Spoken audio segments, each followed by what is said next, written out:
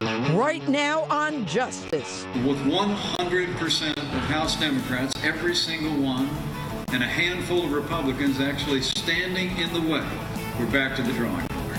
Cleaning up the mess. The vice president doing what much of America is doing tonight. Blaming Congress for yesterday's epic fail. And I've got some blame to throw around myself in tonight's opening statement. Plus, there was additional unmasking that was done. Explosive new details about President Trump's claims he and his team were spied on. Time for an independent investigation? I'll speak live with an expert.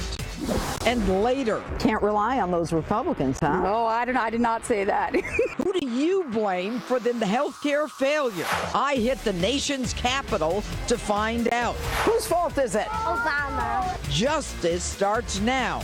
And even the president says you better be watching. What the hell do you have to lose?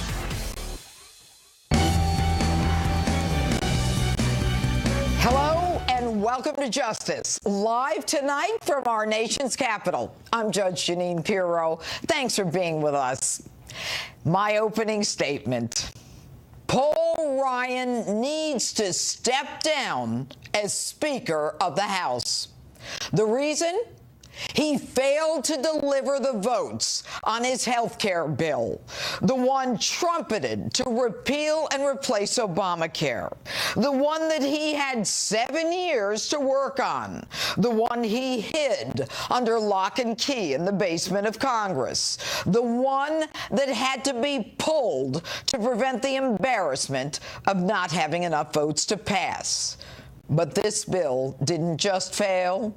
It failed when Republicans had the House, the Senate, the White House. And the timing? It failed within the first 70 days of President Donald Trump's administration. A president who made replacement of Obamacare the hallmark of his campaign, and then used valuable political capital to accomplish it. You know, Americans elected the one man they believed could do it, a complete outsider, someone beholding to no one but them. And Speaker Ryan, you come in with all your swagger and experience, and you sell him a bill of goods, which ends up a complete and total failure. And you allow our president, in his first 100 days, to come out of the box like that? Based on what? Your legislative expertise, your knowledge of the arcane ins and outs of the bill writing process, your relationships, what, your drinks at the Hay Adams with your pals? Folks, I want to be clear. This is not on President Trump. No one expected a businessman to completely understand the nuances, the complicated ins and outs of Washington and its legislative process. How would he know which individuals upon whom he would be able to rely? Many of them friends and establishment colleagues of Speaker Ryan. You, on the other hand, Speaker Ryan, know very well who are the 15 hardliners, the 10 moderates, and all the other ones. You, of course, know their demands. And if you didn't, why didn't you? Some of them actually shut down the government over Obamacare, and you couldn't figure out what you needed to do to get their support? You knew no Democrat was going to support it, and that you would have to rely on Republicans. How could you possibly misjudge this? And where was the whip Scalise in all of this? How tough a lift was this? And why start with this if you're not sure you've got the votes? Now, I certainly have not spoken with the president about any of this, but I can only imagine that he and his aides took on health care because they believed you had his back, and you didn't. You didn't even test the waters. You had no consensus. And I hate it when Schumer and Pelosi get to beat their drums and talk about what a great day it is for America that President Trump failed, when even they know that Obamacare is a total disaster. The president, on the other hand, is handling this with dignity. And he doesn't seem to want to criticize you, saying this. I want to thank Paul Ryan. He worked very, very hard. I will tell you that. Mr. President, all reports are that you wanted to handle the tax cuts first, but that Ryan convinced you to go with health care. If that's the case, not only has he hurt you with his health care debacle, but the ripples that will hurt you as you try to overhaul the tax code will come back at you. The Freedom Caucus, feeling emboldened by their win with this health care failure, will now dig their heels in on the tax cuts. Ryan has hurt you going forward, and he's got to go. The shame of this is that in addition to putting your faith in someone who did not have your back, you made the decision, as opposed to letting Obamacare explode, as it inevitably will, you decided to take it on anyway. Waited 2 years, it's going to explode like you've never seen an explosion. Nobody's going to be able to afford it. It's a disaster. And that's politically what we should do, but we don't want to do that. We want to get something done and get it done right. I never put my faith in you, Ryan. I questioned you all through the campaign, when you distanced yourself from candidate Trump whenever you felt the prevailing winds blowing against Trump. To me, your loyalty was always in question. Yet what was never in question to me was your intelligence, your savvy, and your comprehension of the system. So why? Why would you let this happen? What was your agenda? The reason, Ryan, you and all your Washington colleagues are held in such low esteem with the American people is because you've forgotten about us. In spite of the fact that you rhinos were all working against him, though, the president joined with you. And he relied on you, trusting you, believing you had his back, and you didn't. The American people won't forget this, and neither should the president. And that's my open. Tell me what you think on my Facebook page or Twitter, hashtag Judge Jeanine. And later, I'll find out what at least some of you think about this topic. It's tonight's topic in Street Justice.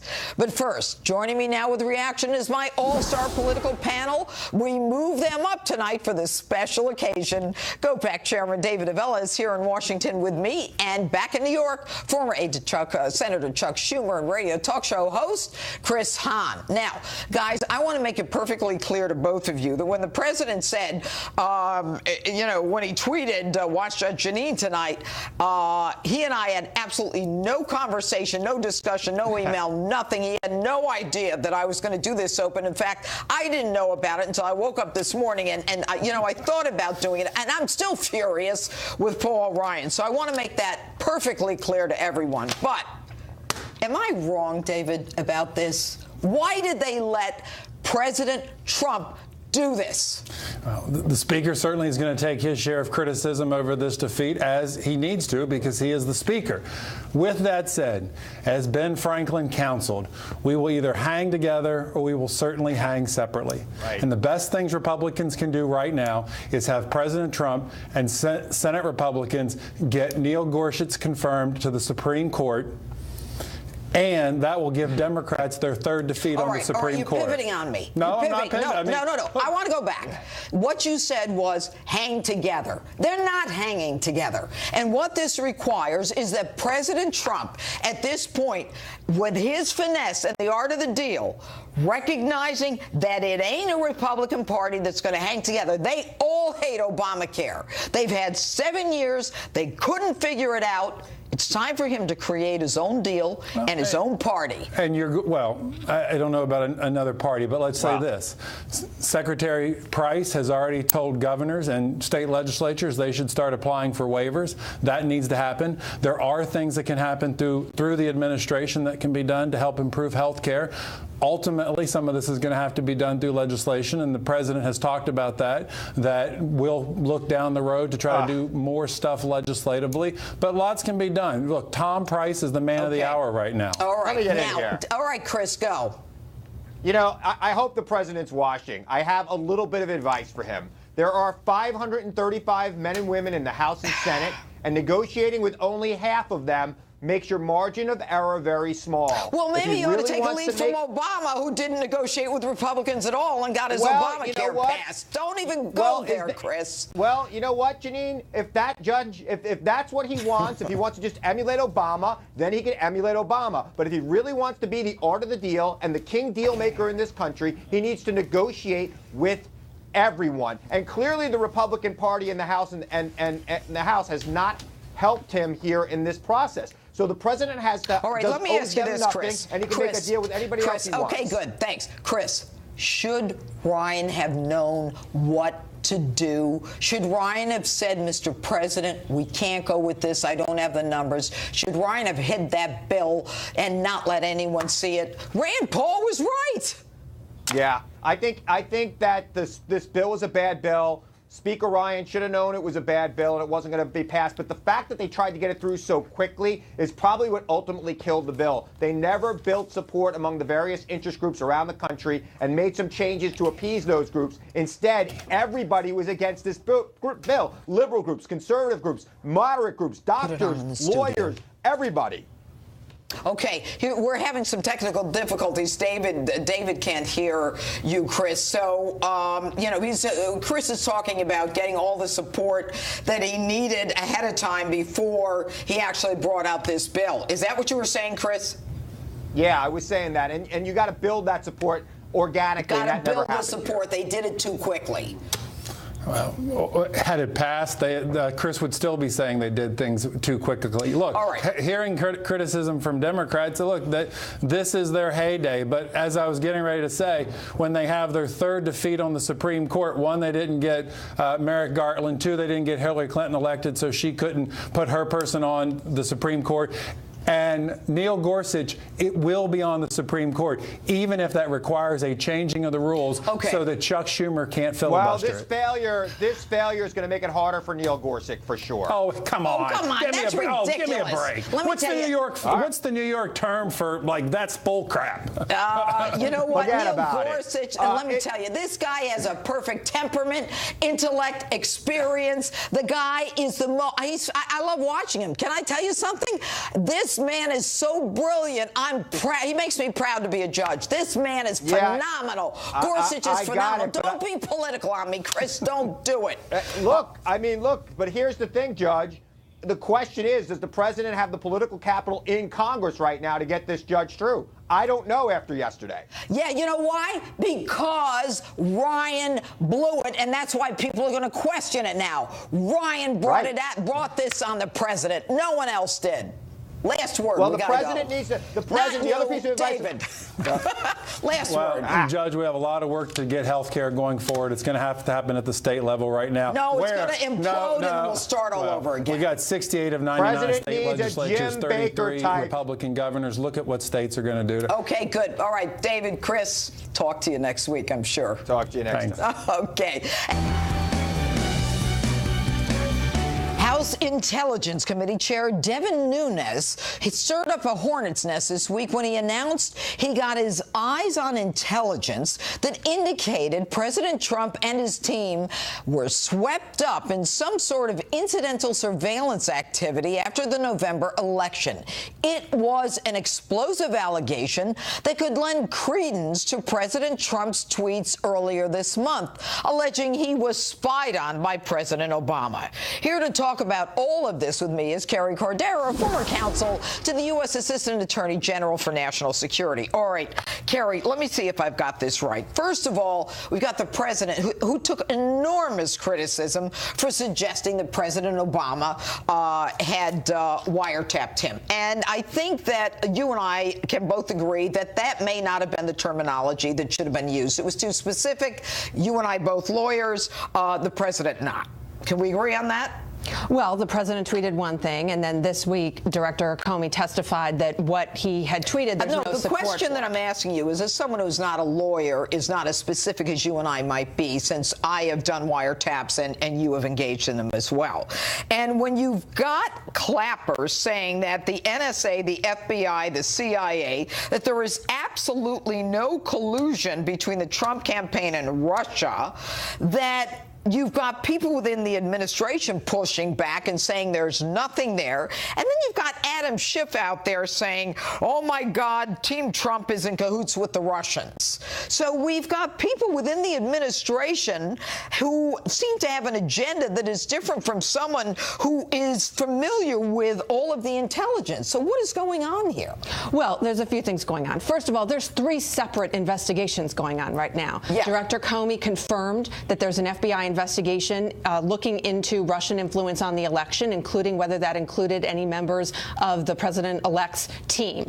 There is an investigation being conducted by the Senate Intelligence Committee that is ongoing and is being done in a bipartisan way. And then there has been an investigation being conducted by the House Intelligence Committee, although after Chairman Nunes's public pronouncements this week, the status of that investigation is in real question. All right, let's talk about the fact that, you know, we've got now an awareness that there is the Trump transition team at Trump Tower that information was sucked up pursuant to, and I'm not going to get in the weeds here, and as a result of that intelligence or the information that was sucked up, people in Trump Tower, that apparently it had no intelligence value, none of it was related to Russia, and names were unmasked. The facts that names were unmasked in itself is a crime. Okay, when you say information sucked up, what that means to the intelligence community is incidental collection. Right. So since the Foreign Intelligence Surveillance Act has been in place since 1978, there has been something called incidental collection, which is the collection of individuals who are not the actual targets of the foreign intelligence surveillance. Right. That is allowed, that is lawful, and there are procedures by which it's supposed to be handled. I know. As a DA, I did wiretapping. There are procedures called minimization. We did it all the time. There's information that shouldn't be there, that shouldn't be given to a court or shouldn't be played for a jury. I get all that. It's similar. It's a different level. I understand that. But when it has no intelligence value, it's not related to Russia, it's gotten a Trump Tower, it's after the campaign, and the names of the individuals who are not being investigated are unmasked, and then just coincidentally, President Obama, who we know hates Trump, decides that he's going to disseminate information among 16 other intelligence agencies, and then the names of those individuals are leaked to the press. I think these people should be indicted. That's a felony. Okay, but Chairman Nunes made a public pronouncement this week alleging that there is something wrong that was done with the incidental collection and that the information wasn't handled according to procedures. Right. But that's not how congressional intelligence oversight is normally done. I don't care about him. I care about felonies. I care about crimes. I don't care about Nunes. And you know what? As far as I'm concerned, these intelligence committees, some of these other committees, they're political. Adam Schiff's running out and saying Team Trump's in cahoots with Russia, when the bottom line is that we got Clapper, NSA, FBI, CIA saying no cahoots whatsoever. So at this point, they all invalidate and neuter each other out. But that point exactly. So, and in relation to Chairman Nunes's public statements this week, is why now there is even more calls for an outside, independent, either select committee in Congress or an independent commission. You know how long it took to get a select committee on Benghazi when 4 people were dead? And now, when we know this information, this incidental collection is after the election, with people whose names are being unmasked and disseminated all of a sudden by the Obama administration like 2 weeks before he leaves? Come on, this is politics at its worst. But I loved having you here in Washington, Carrie, because I finally finally got to meet you. Carrie Cordero, thanks for being with us tonight. Welcome back to Justice. This week's deadly attack in London by an ISIS-inspired terrorist has put terror back on the front of everyone's mind, especially here in America. Joining me now to talk about that and more, Deputy Assistant to President Trump, Dr. Sebastian Gorka. All right, Doctor, not only did this bring ISIS and the terrorist problem back on everyone's mind, but it seemed that coinciding with that this week, that there is a new regulation, and I remember just looking at the news and saying, oh my goodness, and we've got all of these new measures that seem to be created this week, the White House, apparently TSA, where they're changing the rules about what laptops and what can be brought on airplanes. What's going on and why? Right. So, Judge, it's not specific intelligence, but the president, because his primary responsibility is to the safety of Americans, has said that we have certain information regarding certain airports in the Middle East, plus also Turkey and the Gulf, where you are no longer allowed to take larger electronics onto the cabin with you. They have to be checked. We're not going to go into the details of what exactly we know and potential plots, but the fact is that there is always the catch-up game. So good counterterrorism is not reactive, it's preventative. Look at the last 16 years from 9/11. First, it's box cutters and mace. Then it goes to what? It goes to shoes, right? A month later, then it goes to the liquid bomb plot in 06. Remember the printer cartridge? It's always, can we out-imagine the terrorists? And now we're closing the gate before the attack. I love that. I love the fact that we are being almost preemptive, as opposed to figuring out or getting hit with something like it's a shoe bomb or this one or that one. But the intelligence that we get, you know, Americans, I don't think, really comprehend what we do in the Middle East, what, you know, CIA and what some of our covert operators are doing over there to find this stuff out, and how much danger they're in every day to get the information that they're getting. But, you know, I remember hearing on one of the reports that in some of the battery areas and some of the laptops that they can put certain things in there that can then explode. No, you nailed it. So it's to do with those larger batteries, lithium batteries. So clearly you've been following these issues, but you're absolutely right. So the issue here is all of these things are connected, whether it's the technology, whether it's the larger electronics, whether it's the executive order on the temporary moratorium on immigration. The president's very clear about this. We're not going to wait until the attack occurs. It's too late. We want to stop it before it occurs. But that is for people coming from that part of the world. It's not for us. It's not for people leaving from JFK and O'Hare, LAX. It's people coming here. People coming here on flights that are originating there and coming to the United States. But you know what doesn't make sense? I'll tell you what. Not that I know, but if I'm at LAX and I'm flying to JFK, what difference does it make? I can put one of those laptops and use that and create havoc over here. But look at, for example, why we did that executive order on immigration from specific countries, from those 7 countries originally, then the 6, because we're looking at the threat now and what we expect in the future. The president was clear. We're going to obliterate ISIS. You remember the words he used? I totally believe that. So we're going to wipe them off the face of the earth. But of course, before we get all of them, what's going to happen? Some of them, like the cockroaches, when you switch the light on, they're going to scurry. We want to stop them coming here. So it's not the person flying from LA to New York that's the threat. It's that ISIS recruit who's traveling out of Mosul, out of the Middle East, out of Syria, gets into Turkey. But then, Doctor, let's talk about the kid or the guy in London. Yes. Okay, he was born in London. He was a convert, yes. And he was a convert. Correct. So he can decide, you know, I'm going to kill all these people today. The same can happen in the United States. They can decide, I'm going to use a laptop, it's a good idea, and go to New York. That's why the measures that, for example, the NYPD developed in the last 16 years are so incredibly important. In America, the primary source of this kind of intelligence is human intelligence. We need the sources, the covert sources. You know better than anybody else, right? Yes, indeed. Yes, indeed. NYPD, we love you. And Dr. Gorka, good to see you again. Thank you, Judge. Thank you. Welcome back to Justice. With me is the former United States Ambassador to the UN, John Bolton. Ambassador, thanks for being here. Okay, when Dr. Gorka was here, he talked about the fact that they're starting to move out, that we're squeezing ISIS, and I think a week ago there were more than 10,000 Americans over there. Syria, Iraq, Mosul in Iraq, Raqqa in Syria, and we're going to defeat them. I truly believe it. Donald Trump is right. He's true to his word. We're gonna squash them. Well, I think what's happening now is that the Trump review of military options, the pace has begun to pick up. You can see some changes in strategy already, because what the president said during the campaign was we needed to destroy ISIS, not ultimately, as Barack Obama said, but as soon as possible. And the reason for that is if we can destroy their base of operations in Syria and Iraq, we can prevent or at least substantially impede their recruiting and deploying terrorists into Western Europe and the United States. But I think clearly that every day that goes by just gives them more time to do that. And I think what they're going to do is try and get out of Raqqa, get out of Mosul. And where are they headed? And go to some other anarchic place in the region, like Libya, like Yemen, possibly.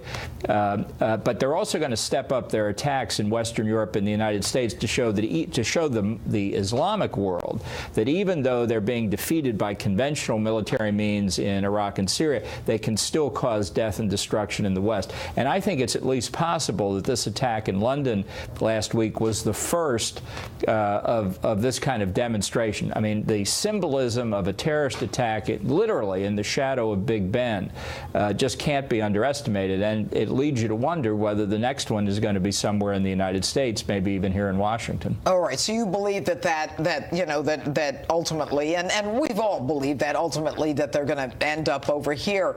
But the starburst that Dr. Gorka was talking about just as you were coming in, where, their ultimate game is to be over here, it doesn't necessarily mean that they're coming from over there to here, but that they're going to get the lone wolves to react over here. Well, I think it's important to have in mind that in the case in London, although all the reporting talked about being one person driving the SUV, one person with the knife, the British authorities have already arrested 8 other people for questioning. So it may well be we're going to learn there was a support network. It may be one person who's the actor who causes the death and tragedy, but he's supported by, planned out, and assisted by others.